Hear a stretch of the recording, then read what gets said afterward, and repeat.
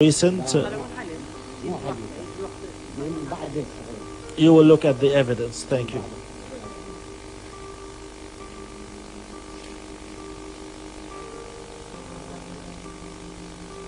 No other.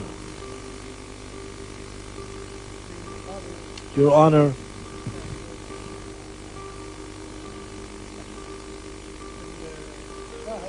the witness, I challenge his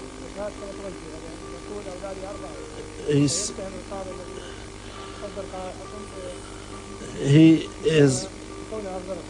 prejudiced because he has four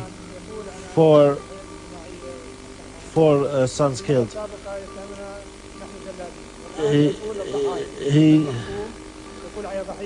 The prosecutor last time, he told us that we were the executors, and he calls the witnesses as victims. When Clinton hit Baghdad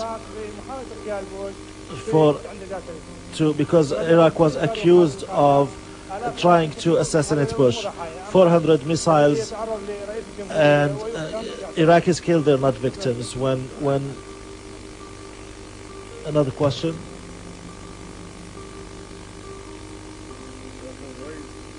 Your Honor, I noticed that the witnesses repeat the same language, and you, as a professional judge and a professional in law, will leave the interpretation to you. In Syria, they say this is the same song. So the saying goes that this is the same song. So those people are singing the same song. And this older gentleman, he says, we heard this is intelligence, but when we press him, he says, well, Mash'an came and another security person came. So where is the intelligence in all of that? The security apparatus, as I told you before in previous sessions, the security is independent. It's not part of the intelligence, and it doesn't belong to the intelligence. They say they took us to the security, and then they took us to the Samawa, and then sometimes they say they took us to the intelligence. This talk is not logical, is not accepted, not administratively, not scientifically. You know, you didn't come from the moon, you are an Iraqi, you know the structure of the government, you are a professional employee, you know that the administrative hierarchy of the government, and you know which department belongs to what. For the second, third, or fourth time, I repeat that this is an issue that belonged to the general security, because there was a law in the government of Ba'ath where jurisdictions of departments were determined. At that time, there were three systems in Iraq: the general security, which anything Iraqi is under its jurisdiction, whether it's persons or political entities or departments and organizations; and then the military intelligence, that was responsible for the army and its security and the information; and the intelligence, which is a political system whose jurisdiction was anything other than Iraqi. Arabs or foreigners, political entities, organizations, but not Iraqi. And you know that. I went to the jail, as I mentioned before, because I was at that time responsible for the security protection of the president. Personal protection and safety was my responsibility. And I told Mr. Juhi that when he asked me, and I told him, yes, I went the first day and the second day. And he started to give the clerk,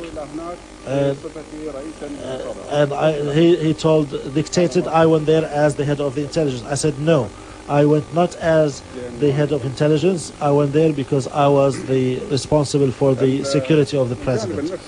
As of the psychological standpoint, it's known, it is known, and the humanitarian, from a human standpoint also it's known that anytime a person is getting older, he'll get closer to God, and getting closer to God is known. And that's through avoiding false statements and avoiding lying under oath. I'm not a religious person. I don't have a religious education, but this is a general religious education. Whether you're a Christian, a Jew, or a Muslim believing God, that's what you do. The Mister there, behind the screen, seems to be an older gentleman. I don't know exactly how old he is. And of course, terms are in the hand of God, as we say in Iraqi literature or sayings. When is he going to abide by his conscience so that he is complying with God's commandments? Did he see me in the headquarters amongst the tens and 100s and hundreds of people? I'm the only one to be seen, and I'm the one sitting in a chair in the interrogation. That was not my job. Is it the jurisdiction of my department? No. Yes, if it was my jurisdiction and I am the head of that apparatus, and the issue is related to the president, then it is my responsibility and I should do it. I should be supervising on a daily basis, and I should get follow-ups from the interrogators so that I stay on top of the investigation. That was if I was the responsible. But I will not. You are the government now. Why?